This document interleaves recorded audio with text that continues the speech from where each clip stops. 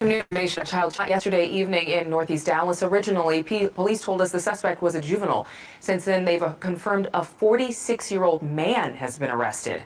CBS 11's Stephanie Lucero has been talking to the victim's family, joins us live at the scene. So, Stephanie, they're saying that this 8-year-old boy was shot possibly by this 40-something-year-old man?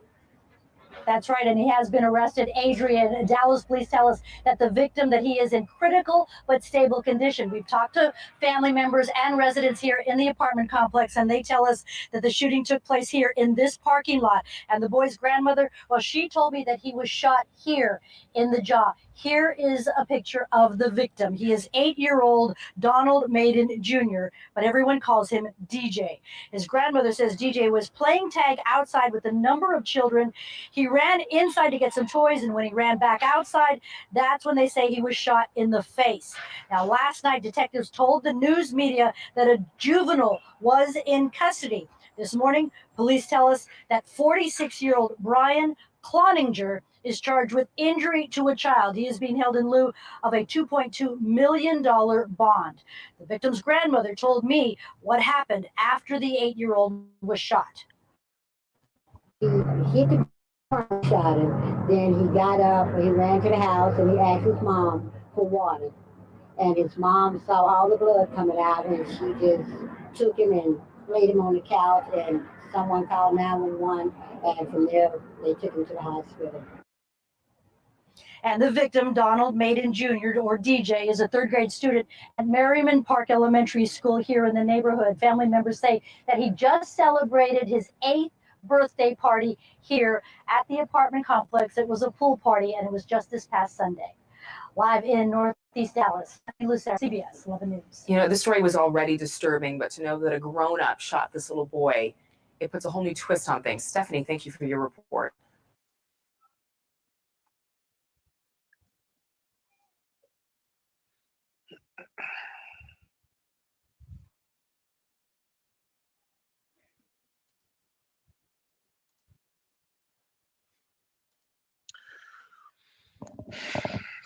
A very interesting thing and very unfortunate at the same time. It interests us because obviously each and every one of us are concerned about the youth that are within our community. We want the best for our youth, so it's definitely interesting and concerning. Uh, story time. I remember being at work, uh, myself and Rakim Balogun. We had a job together, basically working, with folks that dealt with Medicaid and things of that nature, making sure folks had funding. That was essentially what our job was in reference to. Uh, and being in Rakim at the time, he had a son. His oldest son, was younger at that particular time, and he was at work, kind of doing whatever he was doing, what I'm saying, and ran across this story, and basically he ran to my cubicle. He interesting enough got me hired at the job. He ran to my cubicle and said, "Man, look what happened, man. This 8-year-old got shot in the face." And I was like, "Dang, man, that's messed up, man."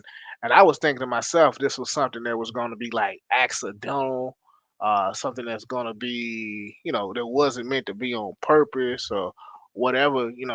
How some unfortunate, things happen with weapons. We leave weapons around sometimes, and kids get a hold to them. I thought it was going to be one of them things. And keep in mind, all this is like 2012. Uh, you know, this is 2012, and so uh, we end up.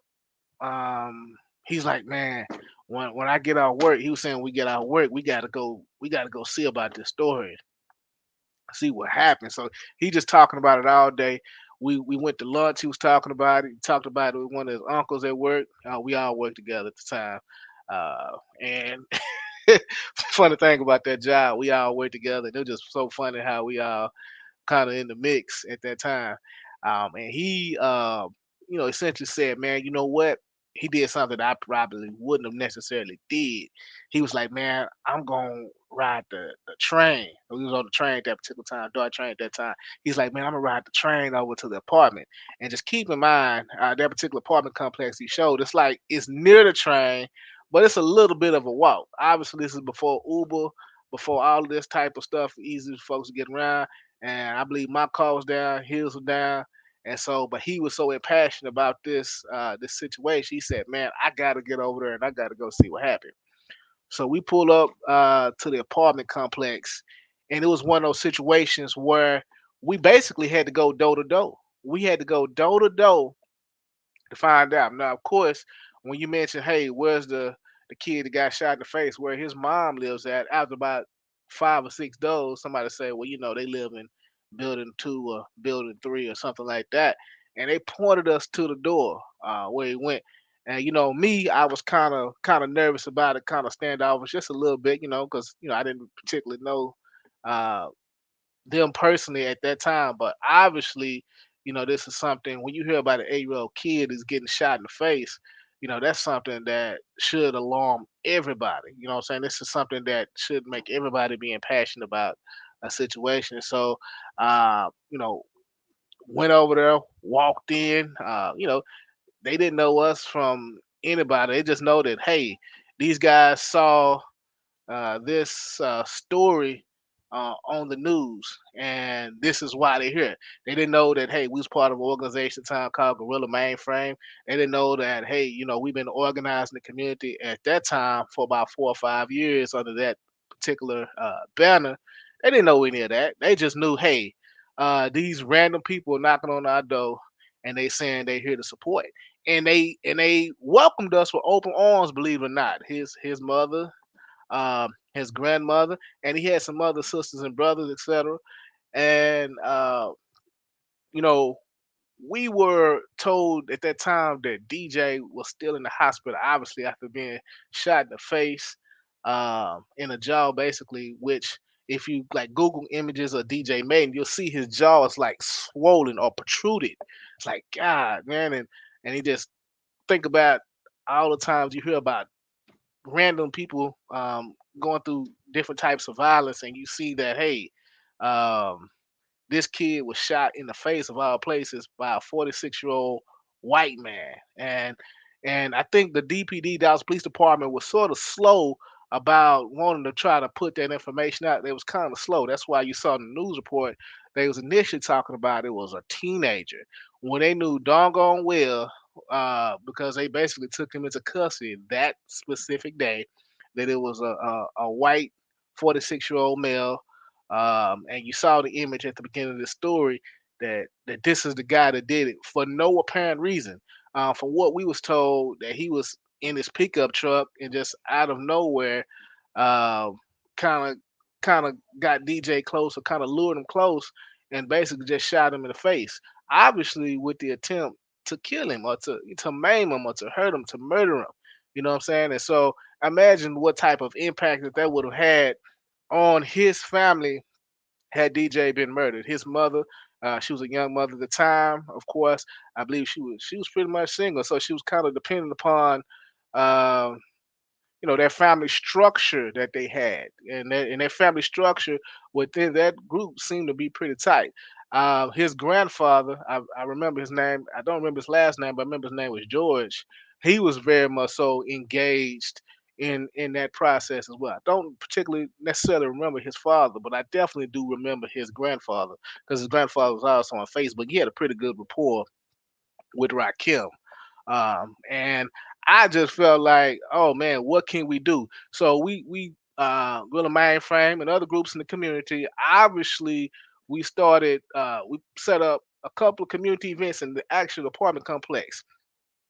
Today in the group Gorilla Mainframe, I posted a couple of images, in which I probably post a couple of images at that particular time on my Street Reporter page as well, because I want people to kind of see the track record. The thing about story time is I want to kind of revisit some things that happened in the past in terms of our organizing experience together collectively, but also to express the importance of what's going on currently and how we can kind of bridge that gap. And so we gotta kind of revisit that past, which is that basically 10 years ago.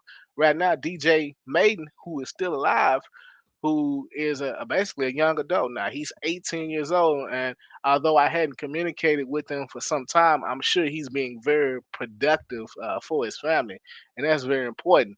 You know, had he been murdered at 8 years old, that would have caused a bigger outcry than what the storm that happened when it occurred, because it brought all of us into the story. And again, Rakim just went to the door, knocked on the door. We went to Parkland Hospital. I believe it was at Parkland Hospital. We went up there. Again, they didn't know us from anybody. They didn't know that, hey, we community organizers, etc. Uh, we went up to the hospital, saw DJ in the hospital, and just looking at this little 8-year-old child. Me, you know, I have children now as well. So me just looking at this 8-year-old child and just seeing him, you know, basically kind of in almost in a destitute situation. Like they really pain me. We began obviously to raise funds for DJ. We began to obviously to try to, you know, bring more community awareness, because it seems like, especially at that particular time, 2011, 2012, not a lot was really discussed about things that was going on in the community as it relates to potential white supremacist attacks. We believe that that was a flagrant white supremacist attack, you know, and it really wasn't in this current situation, this current time.